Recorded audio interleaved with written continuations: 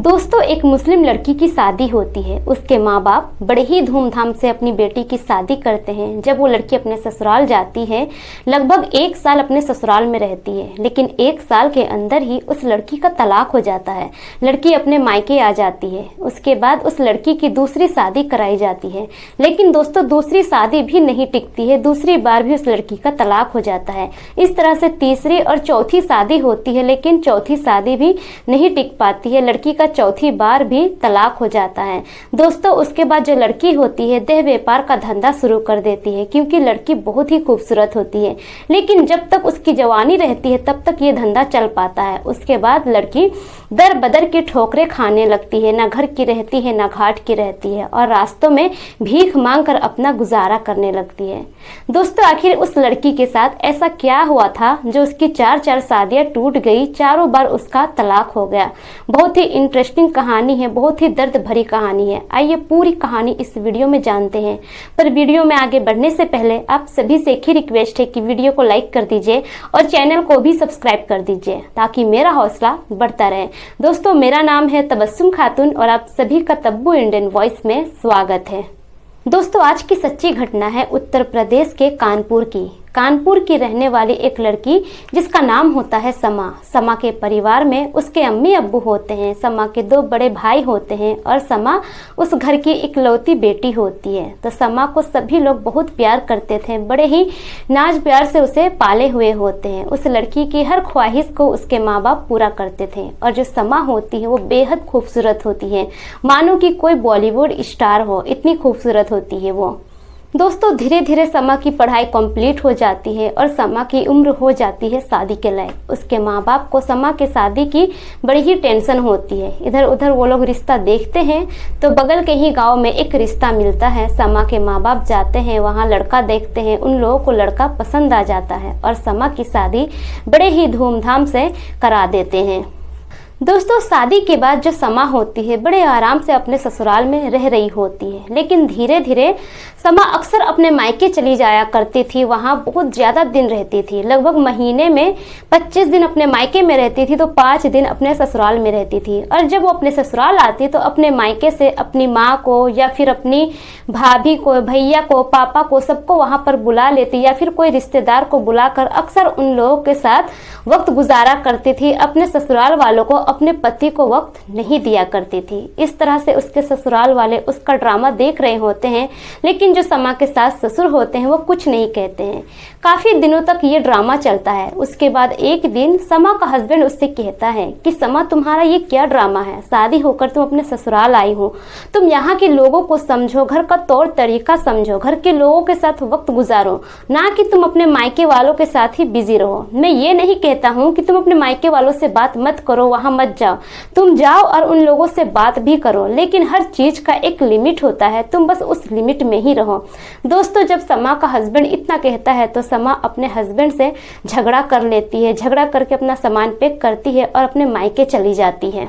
दोस्तों, उसके अगले ही दिन जब समा का हस्बैंड जाता है समा को लेने के लिए, तो समा के जो माँ बाप होते हैं वो कहते हैं कि मेरी बेटी अब उस घर में नहीं जाएगी। मेरी बेटी एक ही शर्त पे जाएगी, जब आप अपना एक अलग सा घर बनाएंगे, क्योंकि आपका घर बहुत छोटा है, मेरी बेटी वहाँ नहीं रह पाएगी। और उसी दिन वहाँ पर पंचायती बैठती है। जब समा के पिताजी पंचायती में यह सब बातें कहते हैं तो दोस्तों पूरे पंचायत के सामने समा का हस्बैंड कहता है कि शादी से पहले मेरे सास ससुर और जितने भी इनके रिश्तेदार हैं सब गए थे मेरे घर देखने के लिए, तब तो उन लोगों को मेरा घर छोटा नहीं लगा, पर अब छोटा क्यों लग रहा है? दोस्तों, जब इतना कहता है समा का हस्बैंड तो उसमें से एक आदमी कहते हैं कि हाँ, इसका जवाब दीजिए, ये जो लड़का कह रहा है बिल्कुल सही कह रहा है, शादी से पहले सब ठीक था, अब घर छोटा कैसे हो गया है? दोस्तों, वहाँ पर कोई फैसला नहीं होता है और बात का बतंगर बन जाता है। और वहाँ पर पूरे पंचायत वाले फैसला ये करते हैं कि जो समा है वो अपने हस्बैंड से तलाक लेना चाहती है। और पूरे पंचायत के सामने उन दोनों का तलाक का मामला शुरू होता है। और जो समा का हस्बैंड होता है उस पर जुर्माना लगाया जाता है कि समा का जो हस्बैंड है समा को 4 लाख रुपए देगा। दोस्तों, इस तरह से समा का तलाक हो जाता है उसके हस्बैंड से और अपने हस्बैंड से वो 4 लाख रुपए ले लेती है।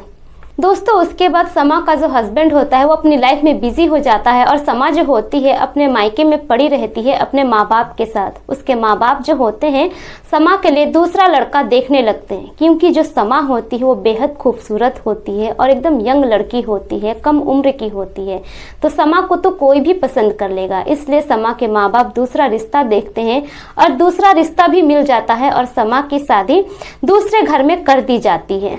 दोस्तों समा की दूसरी शादी हो जाती है और वो अपने ससुराल चली जाती है। ससुराल में 1 हफ्ते तक सब ठीक चल रहा होता है, लेकिन उसके बाद ही जो समा के माँ बाप होते हैं, समा के माँ बाप वहाँ भी अपनी दखल अंदाजी शुरू कर देते हैं। हर छोटी छोटी बातों पर समा के माँ बाप सलाह देने लगते हैं कि बेटा ऐसे करो, वैसे करो, ये करो, किसी की खिदमत मत करो, मतलब बहुत तरह की बातें समा अपने ही माँ बाप से ट्यूशन लेने लगती है। और समा अक्सर अपनी माँ को पैसे दिया करती थी। जो भी पैसे उसके हस्बैंड कमा कर लाता था उसमें से 90% पैसा समा अपनी मायके में भेज दिया करती थी। इस बात की खबर समा के हस्बैंड को चल जाती है और समा के हस्बैंड एक दिन समा को बोलते हैं कि समा तुम ये क्या कर रही हो, माना कि तुम्हारी माँ है, तुम उसे पैसे दे सकती हो, लेकिन इतना भी मत दो। अगर तुम उतना पैसे दोगी तो फिर हमारा घर कैसे चलेगा, हमारा भी घर परिवार है, हमारे भी घर में बहुत सारे खर्चे होते हैं। अगर तुम इतना पैसा अपने मायके में दोगी तो फिर हमारा घर कैसे चलेगा। दोस्तों जब समा के हस्बैंड इतना कहते हैं तो समा उस वक्त आग बबूला हो जाती है और अपने पति से झगड़ा कर लेती है। झगड़ा करके उस बार भी वो अपने मायके चली जाती है। मायके जाकर अपने मायके वालों को सारी बातें बताती है कि इस तरह से मेरे हस्बैंड ने मुझसे झगड़ा किया कि मैं यहाँ पैसा देती हूँ। दोस्तों उसके बाद क्या, समा के हस्बैंड जाते हैं समा को लेने के लिए उसके घर, लेकिन समा आने से इनकार कर देती है। और जो समा की माँ होती है वो अपने दूसरे दामाद से कहती है कि अगर आपको मेरी बेटी के नखरे नहीं उठाने थे तो आपने शादी ही क्यों की। अगर आपकी इतनी औकात ही नहीं थी तो इससे पहले आप सोच लेते, आपको शादी करने की ज़रूरत ही क्या थी मेरी बेटी से। दोस्तों वहाँ भी बात का फालूदा बन जाता है और बात इतनी आगे बढ़ जाती है कि पंचायती बैठ जाती है। और दोस्तों उस बार भी वही होता है जो पहले हुआ था। समा के माँ बाप अपनी बेटी की खूब तरफदारी करती है और सारा दोष उसके दामाद पर ही लगा देते हैं। दोस्तों उसके बाद पंचायती बैठती है, पंचायत के सारे लोग वहां पर आते हैं। जिस तरह से समा की माँ बाप और समा कहती है पंचायत के लोग भी वही मान लेते हैं और उसके बाद समा तलाक की डिमांड कर देती है। दोनों का तलाक का मामला शुरू होता है और फिर उसके बाद जो समा के दूसरे हस्बैंड होते हैं उससे समा को एलमनी के तौर पर 5 लाख रुपए दिए जाते हैं। तो दोस्तों इस तरह से समा की दूसरी तलाक हो जाती है और 5 लाख रुपए वो अपने दूसरे पति से भी ले लेती है। उसके बाद जो उसका दूसरा पति होता है वो अपनी ज़िंदगी में मसरूफ़ हो जाता है, लेकिन बहुत पछता रहा होता है। और इधर जो समा होती है एलमनी के पैसे लेकर खूब ऐश कर रही होती है अपने माँ बाप के साथ, लेकिन उसे ज़रा भी अंदाज़ा नहीं होता है कि उसने कितना बड़ा गुनाह किया है कि अपना दूसरा घर भी उसने बर्बाद कर लिया।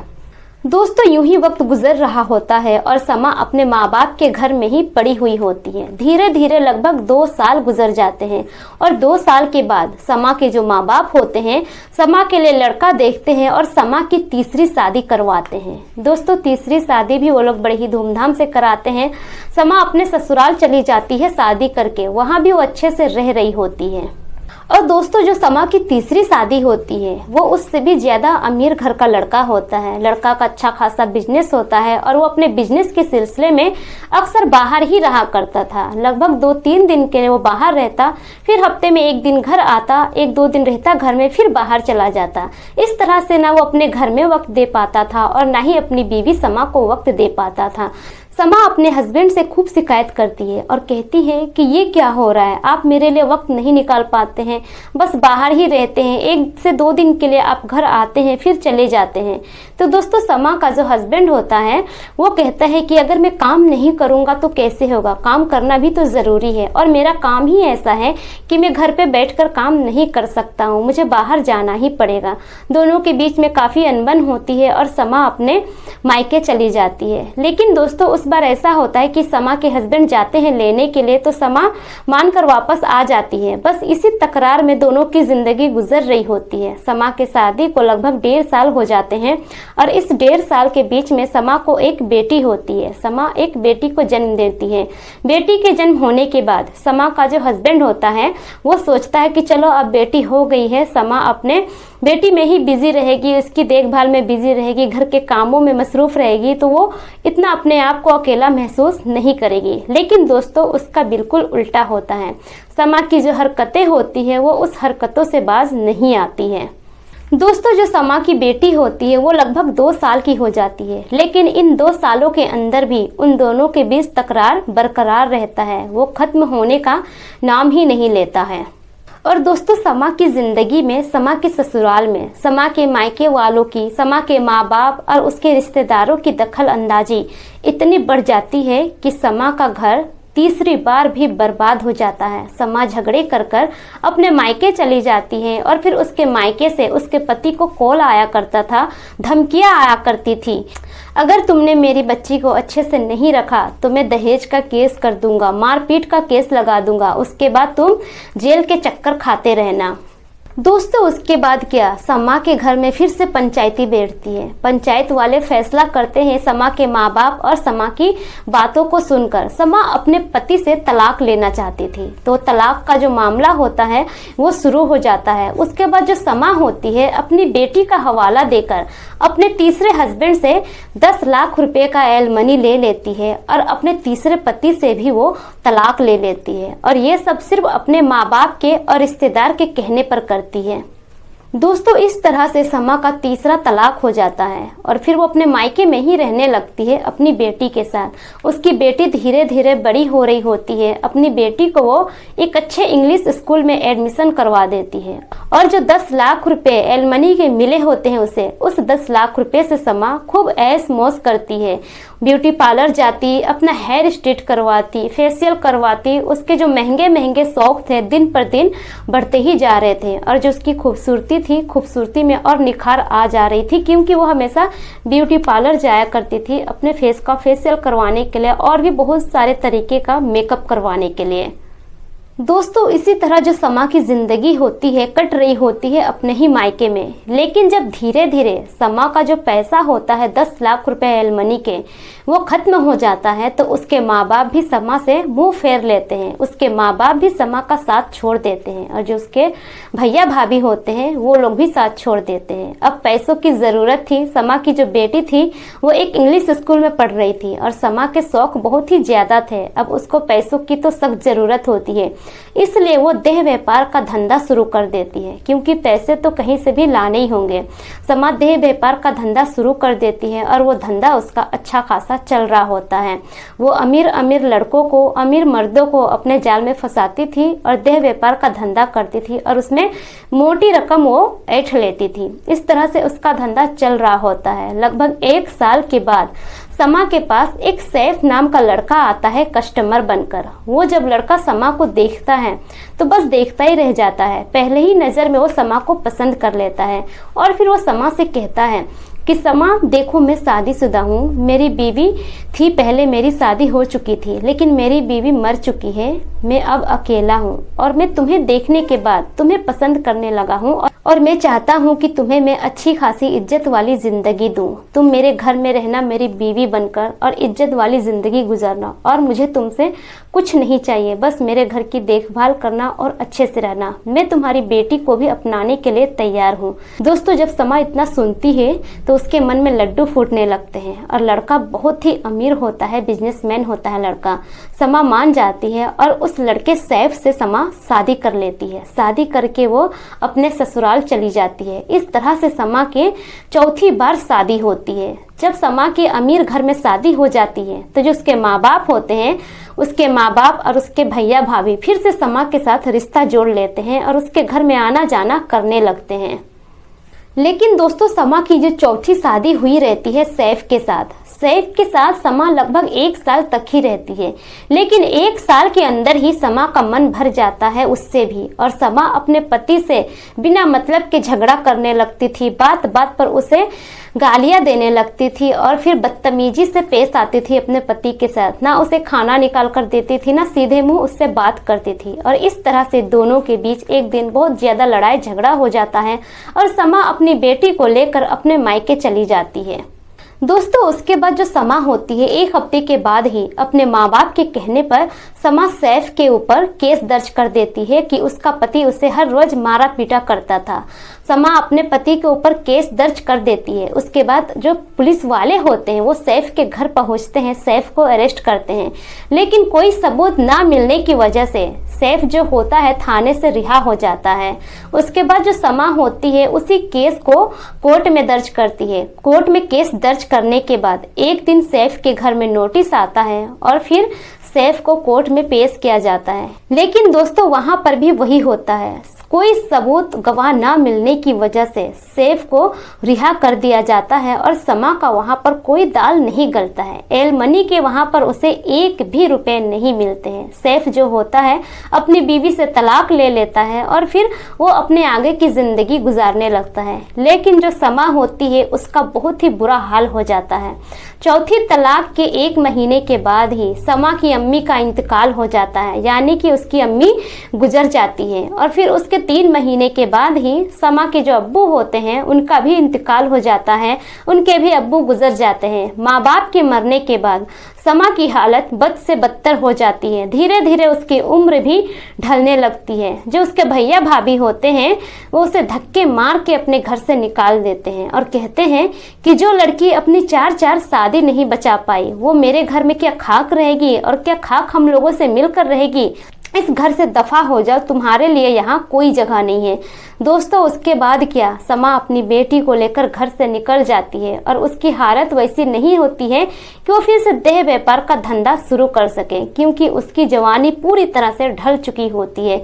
न वह घर की रहती है न घाट की रहती है। अब पेट चलाने के लिए समा रास्ते में इधर उधर घूमकर भीख मांगने लगती है और भीख मांगकर अपनी बेटी और अपना पेट पालने लगती है। और दोस्तों जो समा होती है अपनी बेटी को लेकर फुटपाथ पर सोया करती थी। उसके पास एक छत भी नहीं था कि वो वहां गुजारा कर सके। तो इस तरह से समा ने अपनी जिंदगी खुद बर्बाद की अपने माँ बाप के कहने पर। तो दोस्तों अक्सर देखा जाता है कि माँ बाप को अपनी बेटी की इतनी टेंशन होती है कि बेटी की शादी करवा देने के बाद अपनी बेटी को कुछ इस तरह से एडवाइस देते हैं, कुछ इस तरह से ट्यूशन देते हैं कि उसकी बेटी का घर उसके माँ बाप ही खुद बर्बाद कर देते हैं।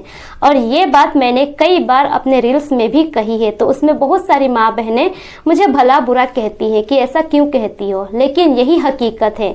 दोस्तों ये जो कहानी है मुझे एक वेबसाइट के जरिए मिला, लेकिन इस तरह की कहानी, इस तरह की घटनाएं आपको अपने इर्द गिर्द भी देखने को मिलते होंगे। मैंने भी अपने इर्द गिर्द इस तरह की घटनाएं बहुत देखी है और अभी भी देख रही हूँ। तो ये बिल्कुल सच है कि जो लड़की शादी के बाद अपने मायके वालों से ट्यूशन लेती है उसका घर बर्बाद होना तय है। तो दोस्तों ये रही पूरी कहानी आप लोगों के सामने। आप लोगों को ये कहानी कैसी लगी कमेंट में ज़रूर बताएं और हाँ कमेंट में अपनी अपनी राय ज़रूर दीजिए। और ये कहानी अच्छी लगी तो अपने दोस्तों के साथ भी ज़रूर शेयर कीजिए। मिलेंगे ऐसा ही एक नई कहानी के साथ, तब तक के लिए शुक्रिया। जय हिंद।